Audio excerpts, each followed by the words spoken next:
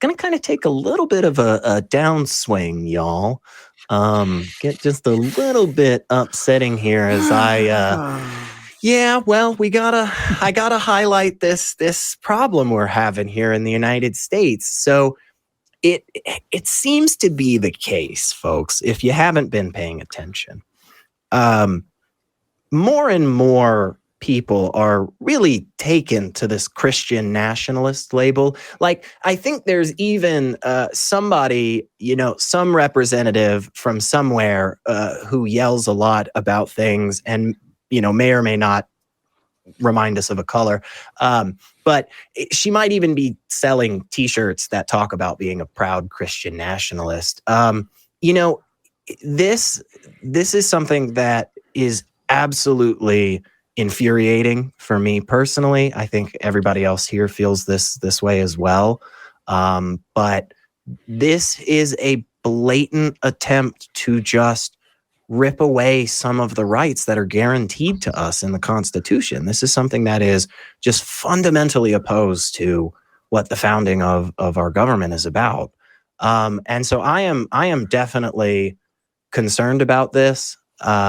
I am not excited to see more and more people talking about, I think even somebody was talking about a freaking citizenship test based on like how much of the Bible you know. But before I go completely off the rails, which atheist would win? Oh my gosh, right? I mean, they don't even realize how ironic it is that, but let me get an outsider perspective first. Richard, what do you think about this? I mean, you've been on the outside kind of watching this grow, and now we're at the point that literally elected senators and representatives are like calling for this. So what are you thinking over there in your neck of the woods? Yeah. Well, I've always been confused by nationalism. You happen to fall onto the earth, into a certain bit of the rock, and that bit of the rock's the bestest in the whole wide world. It doesn't matter which it is. Your bit of the rock is the bestest. It's so good. And it's very strange to me. But I have to say, America does it better than most places. This thing about standing in front of the flag before school with your hand on your heart, reciting the play. What's that about? It's a bit culty. Is it? And being brought up with the idea that people still believe America's the only free country in the world. I mean, there's like 150 countries and 120 of them, to quote the film, are free. And, and then you've got the Christian side. There aren't any mega churches anywhere else, really. You've got the mega churches. We've got the closest I know to a mega church is in a little warehouse down in London, and it seats about 250, and that's huge for us. It's like, wow. It's also Afro-Caribbean, so the music's much better than the country you get in the mega churches there. But and it doesn't surprise me that eventually these are just wedged together into this. America is God's country. It's we're founded on the Bible. It's like, yeah, you need to read more history. That's so wrong. It's not even wrong. And it's a little bit scary as well. They kind of tried it here. They had this big thing about England is a Christian nation, but it faded away. Right now, one of our potential prime minister candidates is Hindu, would you believe? Appointed by his party. He's a brown-skinned Hindu, which is... which would be ironic if our Conservatives had the first Hindu person of colour prime minister in this country comes from the Conservatives. Would make my mind blow up. But anyway, but yeah, it's kind of scary. And I don't know how Trump is to blame for this, even though the guy doesn't believe anybody's God except himself, I don't think. But what you're going to do? Tell me what you're going to do about it. That's what I want to know. Jason. Jason, hey, what are we going to do? To be fair, y'all invented the megachurch. Those 16th century cathedrals, those were the megachurches of their time. The U.S. just turned it into a franchise. Sorry, SR. I didn't mean to interrupt you. No, that's okay. Jason, what are we going to do? Richard's asked, and what you got it, man. Help us out. Figure this out for us. Well, and I'll actually answer Richard's question about 45. I don't like to use his name. He did not create Christian nationalism. Christian nationalism existed well before him in organizations like the Ku Klux Klan.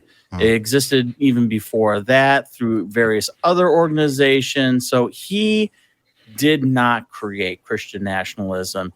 He did give it a big old megaphone. He allowed these people to come out of the woodwork and say, yes, we're here. And he weaponized it. And it didn't matter that he held the Bible upside down, because really, win or lose, he's going to continue this narrative. It's always going to be about how you can confuse a bunch of people into being so proud of their country that they're willing to say everyone else sucks. Now, be proud for your country. Some of your countries did some great things. We did some great things. We also did a whole lot of horrible things. And you need to have that balance to get the full picture, to find out how good a people can be. If you can live through those terrible times, these terrible times, and come out of it stronger than ever, that is the true metric of how a country is doing. Yeah, for sure. Well said. Nate, what are you thinking? Oh, I agree with Jason that 45. I won't say his name. I won't say Voldemort's name just for you, Jason. But I agree that he wasn't the creator or even like had a big role in this Christian nationalism. He's just the product of it, and he's a fucking patsy. Like, I don't even know to what degree he's aware of what he was doing in the advancement of the Christian nationalist agenda. What I think, the appeal of people like him or Marjorie Taylor Greene or like Tucker Carlson, or just pick your far right lunatic, is they use plain speech. You know, they don't use the political doublespeak that most politicians use. And I think it's really tough to respond effectively to a simple, stupid message delivered with conviction, with that typical bland, vanilla response that you get from most politicians.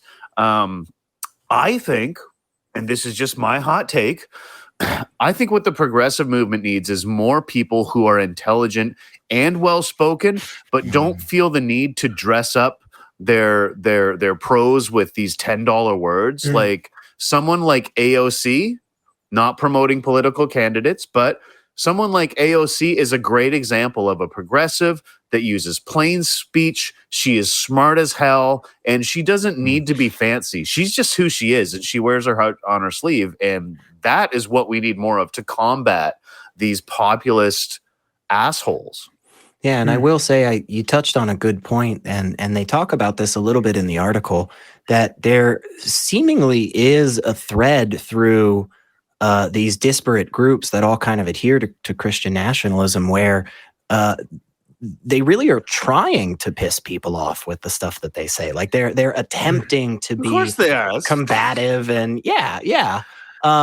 Richard, do you think that type of like plain speech that Nate was talking about is kind of emboldening these movements? Do you think that's what's driving them, or is there maybe something else going on?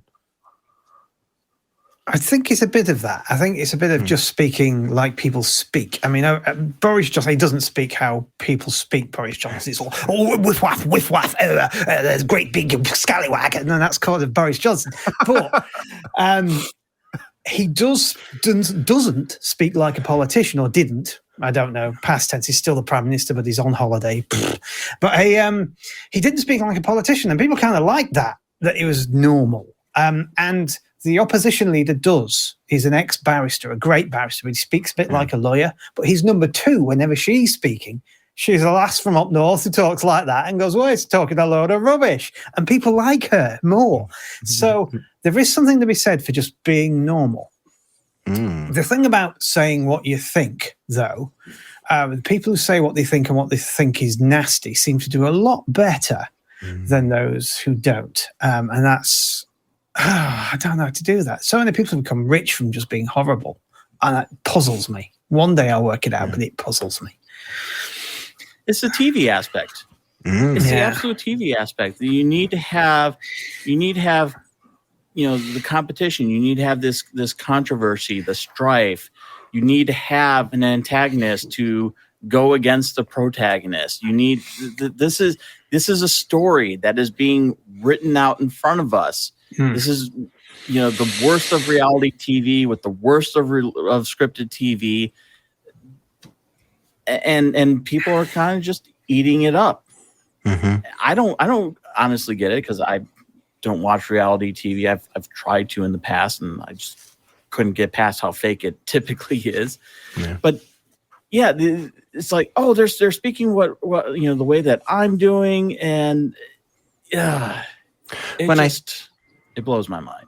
I think you definitely touched on something really, really good there. There is this kind of not really performance, but like performance, like just living that quintessential I'm fighting the bad guys narrative. They're all coming after me, and I'm going to be able to like fix it all and stuff, especially when it comes to the Christian nationalism that we see kind of molding with these militia groups.